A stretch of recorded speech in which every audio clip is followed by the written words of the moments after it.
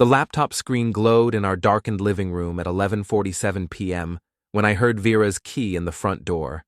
She moved quietly through the house, thinking I was asleep. I wasn't. I'd been tracking spreadsheets for the Morrison construction project, but my attention kept drifting to the empty driveway where my wife's Honda should have been parked since 6. Drew? Her voice carried that careful tone she used when testing whether I was awake. In here, I called back, not looking up from the quarterly reports. She appeared in the doorway, still wearing her navy blazer and heels. Real estate agents in our town dressed the part, even for evening showings. At least, that's what she'd been telling me for the past 3 months. Long day? I asked, finally meeting her eyes. You know how it is. The Henderson property needed another walkthrough, and then Mrs. Patterson wanted to see the Colonial on Maple again. Vera kicked off her heels and rubbed her temple. Hayes thinks we can close both deals by Friday if we stay aggressive. Hayes Relin, her boss at Premier Properties. The name had been coming up a lot lately. You're always working, she said, settling onto the couch beside me. You're never really here with me. I looked at her then. Really looked. The careful makeup that should have been smudged after a 12-hour day. The blazer that wasn't wrinkled. The faint scent of cologne that wasn't mine. You're right, I said, closing the laptop. I'll make time. She smiled and kissed my cheek before heading upstairs. I listened to her footsteps cross our bedroom floor, heard the shower start running. Then I opened my laptop again and pulled up our shared phone plan. Vera's location history told a different story than her mouth did. According to the GPS data, she'd spent 4 hours at an address on Riverside Drive. I knew that address. It was Hayes Rellin's condo complex. 2 weeks later, I decided to surprise my wife. The Morrison job site had wrapped early when our concrete delivery got delayed until Monday. Instead of heading to the office for paperwork, I drove home through the afternoon traffic, planning to suggest dinner at that Italian place Vera liked. The red Jaguar in our driveway stopped me cold. I'd seen that car before, parked outside Premier Properties. Hayes Rellin's pride and joy, with its vanity plates reading Sold 1. Now it sat in my driveway like it belonged there. I parked on the street and walked slowly toward our front door. The house looked normal from outside. Same blue shutters, same flower boxes Vera had insisted on planting last spring. But something fundamental had shifted, like walking into a familiar room where someone had moved all the furniture 3 inches to the left. The front door was unlocked. Inside, I could hear voices from upstairs. Vera's laugh, bright and genuine, in a way I hadn't heard directed at me in months. Then a man's voice, low and confident. I climbed our stairs 1 step at a time, each creak of the wood announcing my presence to anyone paying attention. They weren't paying attention. Our bedroom door stood half open. Through the gap, I saw my wife sitting on our bed, wearing the black lace set I'd bought for our anniversary last month. She was facing away from the door toward Hayes Relin, who stood by our window adjusting his tie. This feels different here, Vera was saying. More real somehow.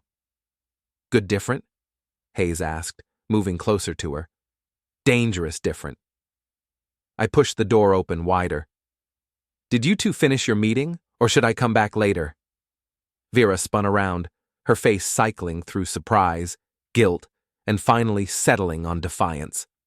Hayes straightened his shoulders and tried to look like a man who hadn't just been caught in another man's bedroom. Drew, Vera said, reaching for her robe. You're home early. Apparently not early enough. Hayes cleared his throat. This isn't what it looks like. I laughed, a sound that surprised all 3 of us with its genuine amusement. Really?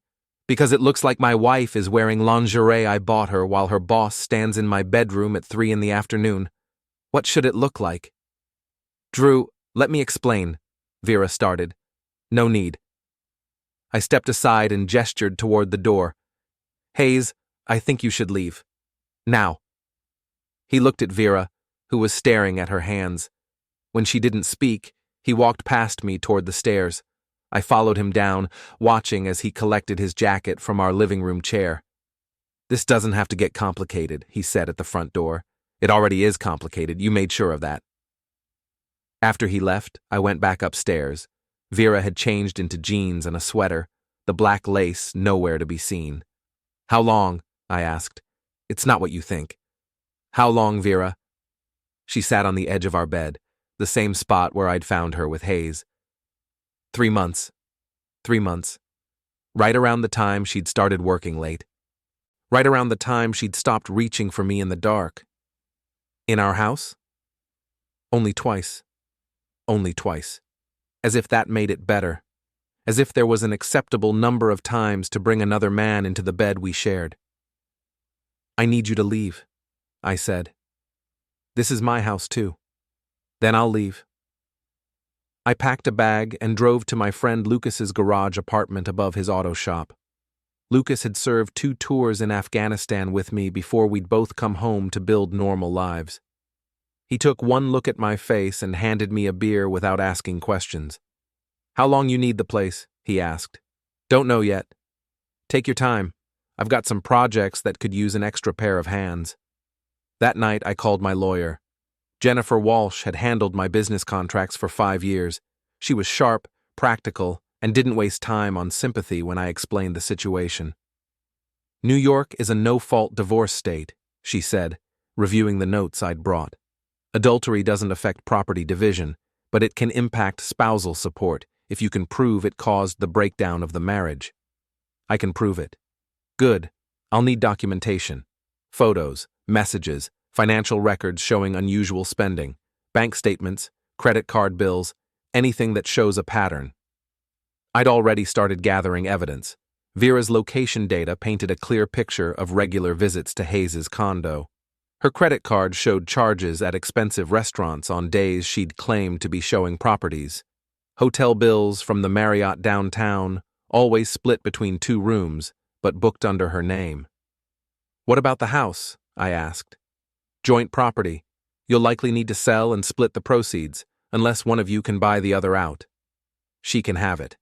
I don't want to live there anymore." Jennifer raised an eyebrow. "That's generous." "It's practical. The place is contaminated now." Over the next week, I established a routine. Days at the construction site, evenings at Lucas's place, nights documenting my wife's betrayal. I opened separate bank accounts and redirected my paychecks. I changed my insurance beneficiaries and updated my emergency contacts. Vera called constantly at first, then less frequently as I continued not answering. She left voicemails that progressed from apologetic to angry to pleading. I saved them all. The breakthrough came from an unexpected source. Mrs. Patterson lived next door to us and had the sharp eyes of a woman who'd raised 6 children and buried 2 husbands. She cornered me at the hardware store on Saturday morning. "Drew, honey, I hope you don't mind me asking, but is everything all right at home?" "Why do you ask, Mrs. Patterson?" "Well, I've been noticing that red car in your driveway quite a bit lately. Usually during the day when you're at work. I thought maybe Vera had a new client, but it's been the same car for months now." "How many months?" "Oh, since around Christmas, I'd say. The driver's a handsome fellow, always dressed nice, stays for hours sometimes." Christmas. That was 4 months ago, not 3 like Vera had claimed. The timeline of lies kept expanding. "I appreciate you looking out for us, Mrs. Patterson." "Of course, dear. Neighbors should watch out for each other." That afternoon, I drove past Premier Properties. The red Jaguar sat in its usual spot near the front entrance. I parked across the street and waited. At 5:30, Hayes emerged from the building with Vera beside him. They walked to their cars separately, but I noticed how he touched her arm before they parted, how she smiled at him, how natural they looked together. I followed Vera home and watched her pull into our driveway. Our house looked the same as always, but I knew I'd never live there again.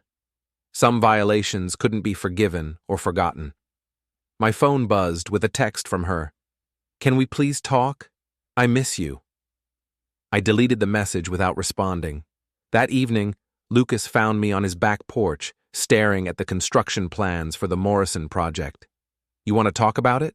he asked, settling into the chair beside me. "Not much to say. Wife's been cheating with her boss. Now we're getting divorced." "Sorry, man. That's rough." "The part that gets me isn't even the cheating," I said. "It's how easy it was for her, how natural it looked." "What do you mean?" "She didn't look guilty or conflicted. She looked happy, like she'd found something she'd been missing." Lucas was quiet for a moment. Maybe she had. Yeah, maybe she had. We sat in comfortable silence, watching the sun set behind the auto shop. I'd spent the last week feeling angry and betrayed, but sitting there with Lucas, I realized something else was growing underneath those emotions. Relief. My marriage had been falling apart for months, maybe longer. I'd been working late not just because of deadlines, but because home had stopped feeling like a refuge. Vera and I had been going through the motions, playing house while our real relationship slowly faded. Hayes had done me a favor, in a twisted way. He'd forced the truth into the open. "I'm going to make them pay for this," I said. "What do you mean?" "I mean they humiliated me in my own home. They made me look like a fool. That deserves consequences." Lucas studied my face. "What kind of consequences?" "The legal kind, the social kind, the kind that makes them remember this choice for the rest of their lives." "Be careful, Drew. Revenge has a way of eating the person who serves it." "Maybe, but some things can't go unanswered." I folded up the construction plans and headed inside. I had phone calls to make. Monday morning brought rain and opportunity.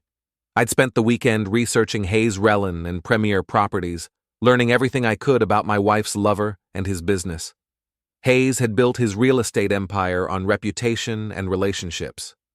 Premier Properties was the most successful agency in town, handling high-end residential sales and commercial properties. Hayes himself was a fixture at charity events and town council meetings, always photographed with local politicians and business leaders. That reputation was about to become a liability. I started with Mrs. Patterson, who proved to be an invaluable source of neighborhood intelligence. Over coffee at her kitchen table, she filled in details about Vera and Hayes' affair that I hadn't known. "They're not very discreet," she said, stirring sugar into her cup. "Last Tuesday, they were arguing in your driveway. Something about him being seen at some restaurant with another woman." "Another woman?" "Oh, yes. Apparently Mr. Relin has quite the reputation around town. My friend Betty works at the country club, and she says he's always entertaining different ladies at lunch." This was interesting. If Hayes was cheating on Vera while Vera was cheating on me, it suggested a pattern of behavior that could be useful. "Has Betty mentioned any names?"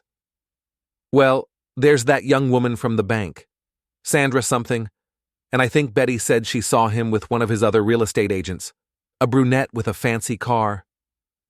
I made mental notes of everything Mrs. Patterson shared, then drove to the Premier Properties office. The building was a converted Victorian mansion on Main Street, all gleaming windows and fresh paint. Hayes' Jaguar sat in its reserved spot near the front door. Inside, the office buzzed with activity. Real estate agents worked their phones while administrative staff managed paperwork and scheduling. I recognized several faces from newspaper photos and community events. "Can I help you?" asked the receptionist, a young woman with perfectly styled hair and a professional smile. "I'm looking for information about commercial properties," I said. "Industrial sites suitable for construction equipment storage." "Certainly. Let me connect you with one of our commercial specialists." She led me to a corner office where a middle-aged man in an expensive suit was reviewing contracts. "This is Michael Torres, our commercial division manager. Mike, this gentleman is interested in industrial properties." Mike stood and shook my hand. "Drew Halden, right? I know your work. You handled the Morrison project beautifully. Thank you. I'm looking to expand operations, maybe lease some warehouse space." We spent 20 minutes discussing available properties while I observed the office dynamics around us. Hayes had a corner office with glass walls that let him survey his domain. I watched him move between desks, touching shoulders and leaning close to speak with his female employees.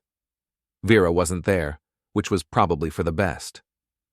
"I'll need to discuss this with my business partner," I told Mike. "Can I get back to you later this week?" "Of course. Here's my card."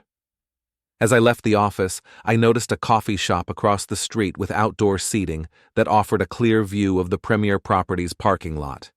I bought a sandwich and positioned myself where I could watch the comings and goings.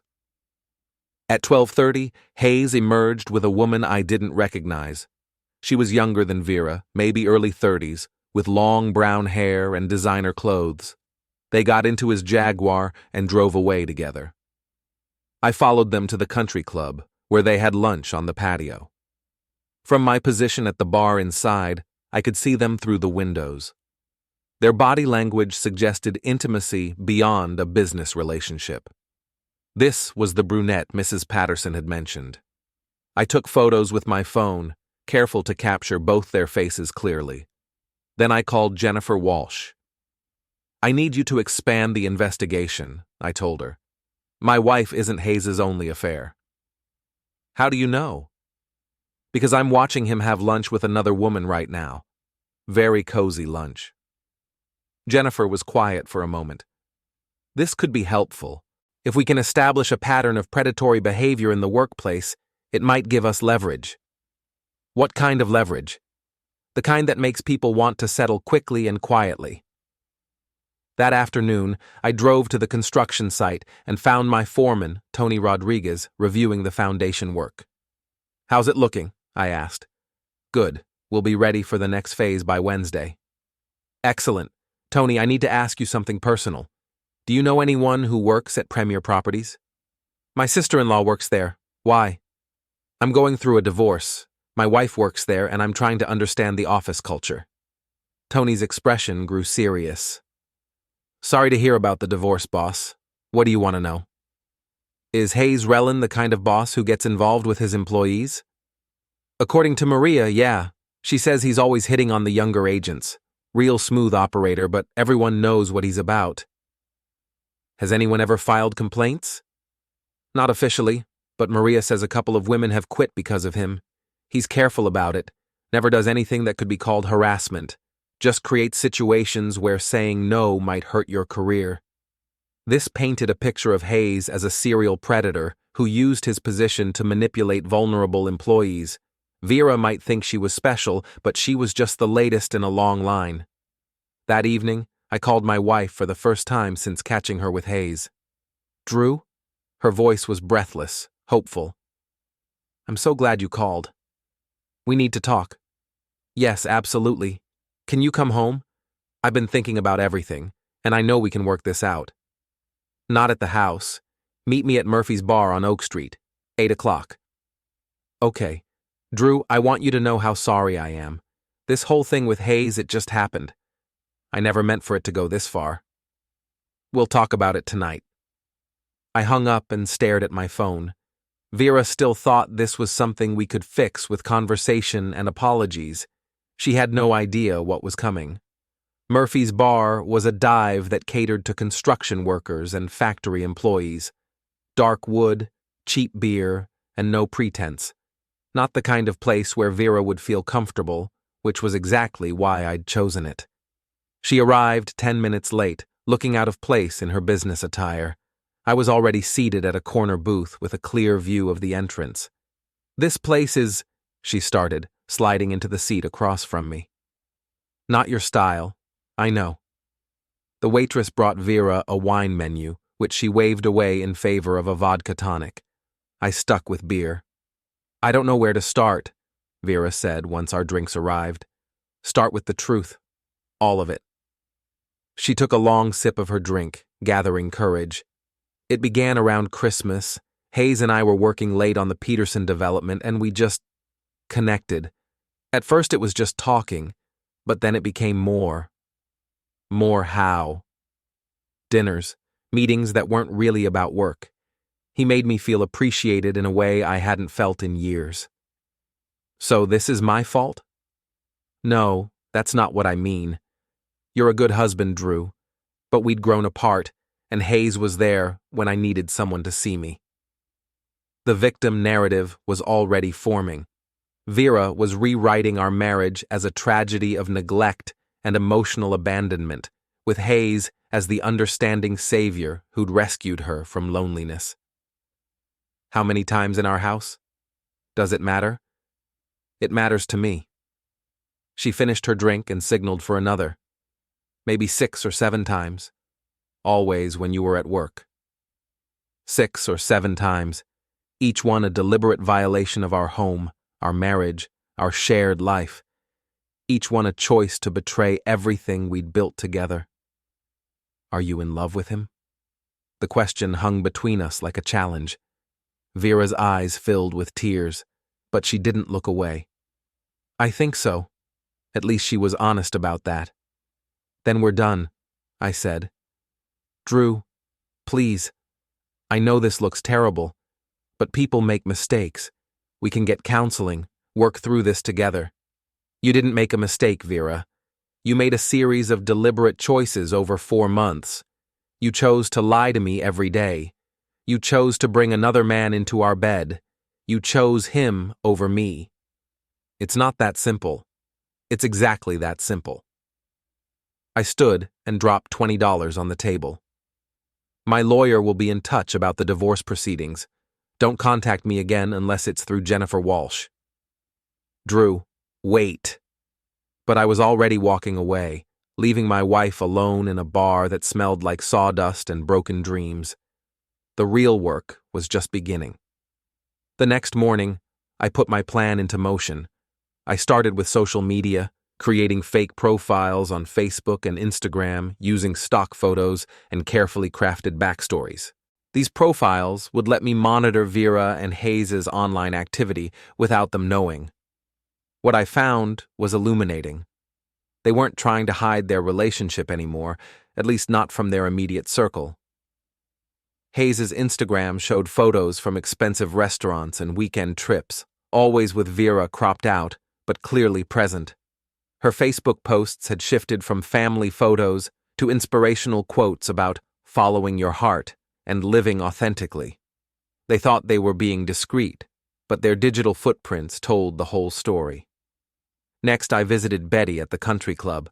Mrs. Patterson had arranged the introduction, and Betty proved eager to share what she knew about Hayes Rellin's reputation.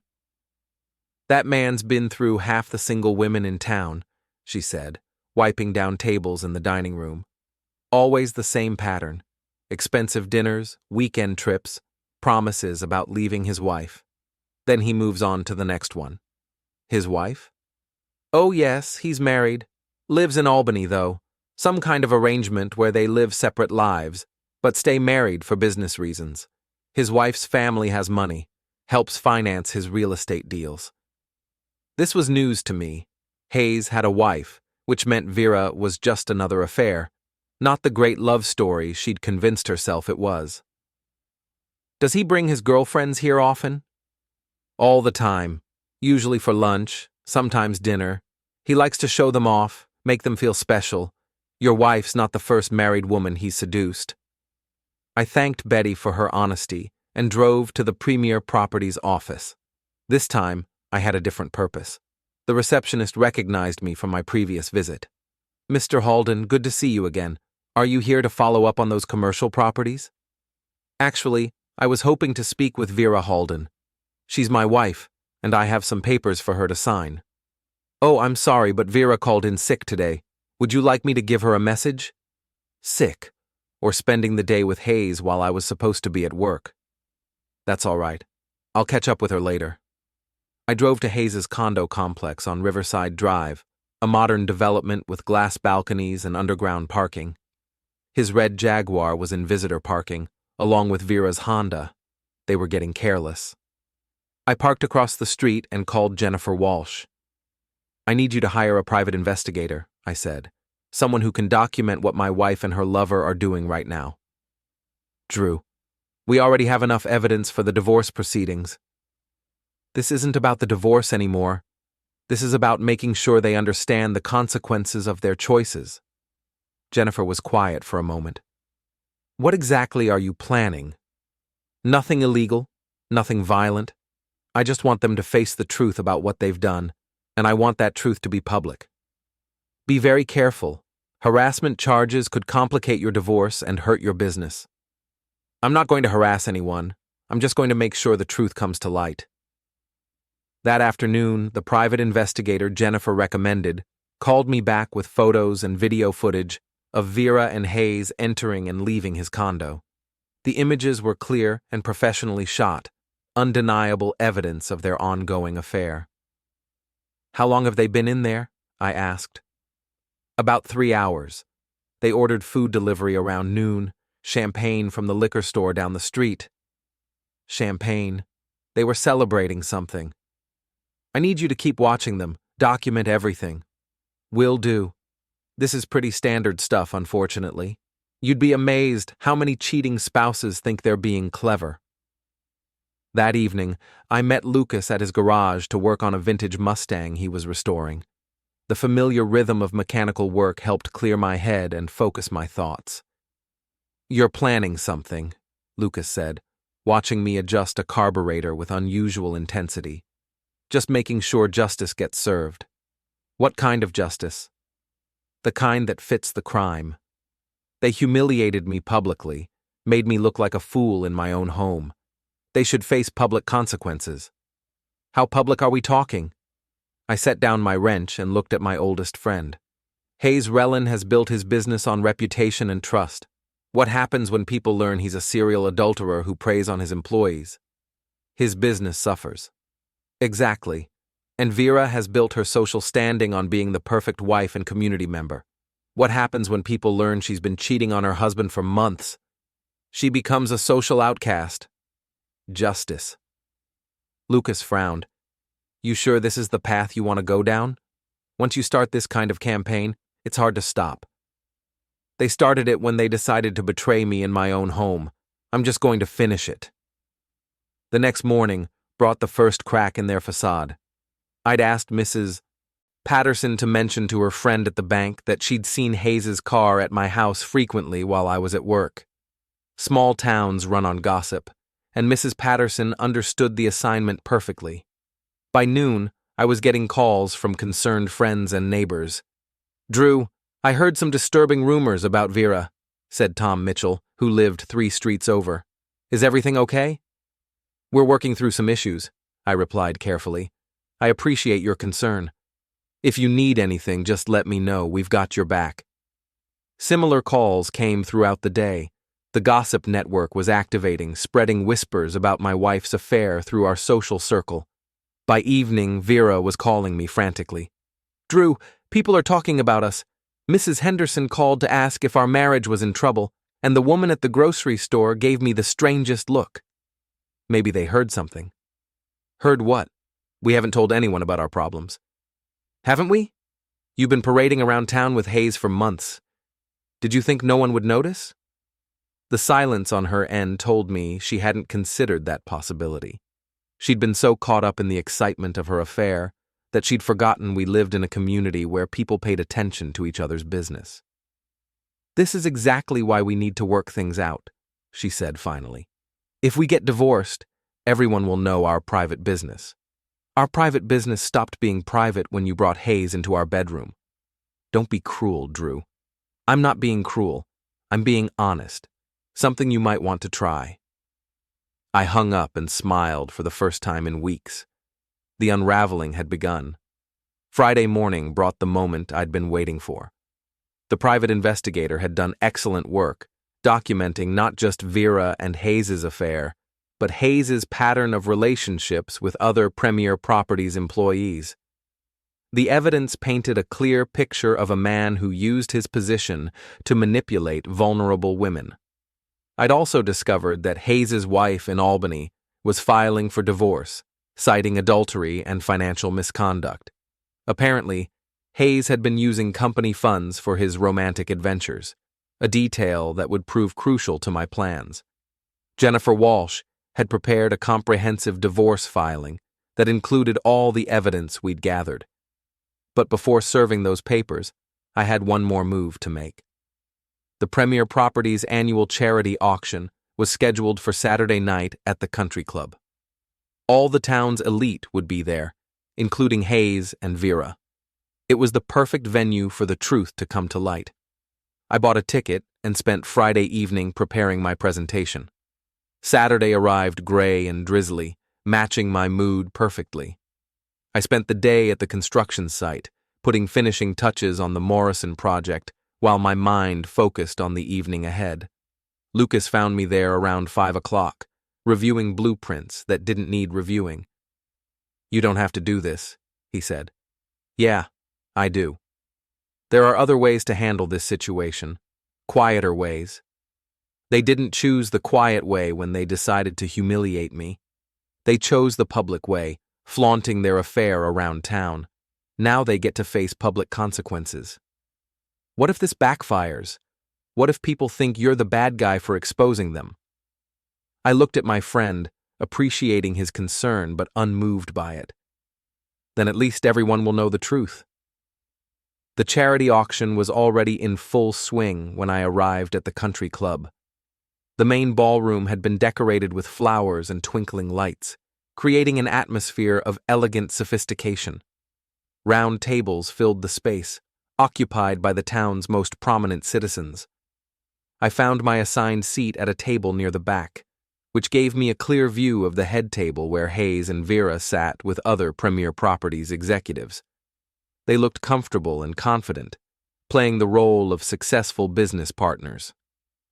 Vera wore a black dress I'd never seen before, probably bought for occasions like this with Hayes. She laughed at something he whispered in her ear, touching his arm in a gesture that looked natural and practiced. The auction proceeded through its usual routine of overpriced donations and charitable speeches. Hayes took the stage to present Premier Properties' annual contribution to the local food bank, basking in the applause and admiration of the crowd. "Premier Properties has always believed in giving back to the community that's given us so much," he said, his voice carrying easily through the room. "We're proud to support families in need and to be part of this wonderful town's continued growth." The crowd applauded enthusiastically. Hayes was popular, respected, seen as a pillar of the community. That was about to change. During the dessert course, I stood and walked to the front of the room. The auction organizer, thinking I wanted to make an additional donation, handed me the microphone. "Thank you," I said, looking out at the assembled crowd. "I have something important to share with all of you tonight." Conversations died as people turned their attention to me. I could see Hayes and Vera at the head table, their faces showing confusion and growing alarm. "My name is Drew Halden. Some of you know me as the contractor who's been working on projects around town. Others know me as Vera Halden's husband."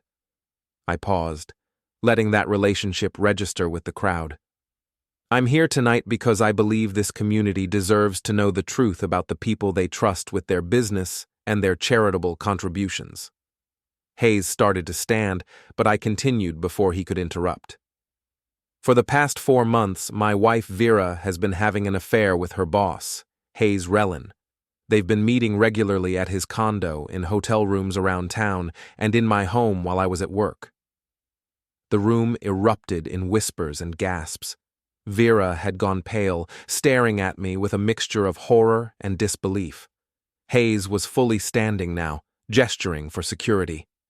"This isn't just about a marriage falling apart," I continued, raising my voice above the commotion. "This is about a pattern of predatory behavior that Hayes Relin has displayed with multiple female employees at Premier Properties." I pulled out my phone and activated the slideshow I'd prepared. The room's projection screen filled with photos of Hayes with various women, including the brunette from the country club and 2 other Premier Properties agents. These photos were taken over the past month. They show Hayes Relin conducting business meetings that look remarkably personal. According to sources at Premier Properties, several female employees have quit due to unwanted advances from their boss. The crowd was in full uproar now. Security guards were moving toward me, but I had one more revelation to share. Finally, I think you should know that Hayes Relin is currently under investigation by his own company for misusing corporate funds to finance these affairs. His wife in Albany has filed for divorce, citing financial misconduct and adultery. The security guards reached me as I handed back the microphone. But the damage was done. The truth was out, spreading through the room like wildfire. As they escorted me from the ballroom, I caught one last glimpse of Hayes and Vera at the head table. Hayes was arguing with other Premier Properties executives, while Vera sat frozen, staring at her hands. The perfect couple had been exposed for what they really were. Outside the country club, I sat in my truck and called Jennifer Walsh. "It's done," I said. "Please tell me you didn't do anything that could be considered harassment or defamation." I told the truth. I have documentation for everything I said. "Drew, this is going to get messy. Hayes will probably try to sue you." "Let him try. Discovery will be very interesting for his business partners." I drove home to Lucas's garage apartment and poured myself a drink. My phone was buzzing constantly with calls from friends, neighbors, and reporters who'd heard about the evening's events. I turned off the phone and sat in the quiet darkness, feeling something I hadn't experienced in months. Peace. The truth was finally out. Vera and Hayes would face the consequences of their choices, and I could move forward with my life. On Monday morning, the local newspaper ran a front-page story about the charity auction incident. By Tuesday, Hayes Relin had been suspended from Premier Properties pending an internal investigation. By Wednesday, Vera had moved out of our house and into a cheap apartment across town. The divorce papers were served on Thursday. I never spoke to either of them again. 6 months later, Premier Properties fired Hayes and settled several harassment lawsuits from former employees. He left town and, according to rumors, was working for a small agency in another state. Vera tried to rebuild her real estate career with a different company, but her reputation never recovered. The affair had marked her as untrustworthy, both personally and professionally. I sold our house and used the proceeds to expand my construction business. The Morrison project had led to other contracts, and I was building something new and entirely my own. Some people called what I did cruel. Others said Hayes and Vera got what they deserved. I didn't care about either opinion. I'd simply made sure the truth came to light. In the end, that was justice enough.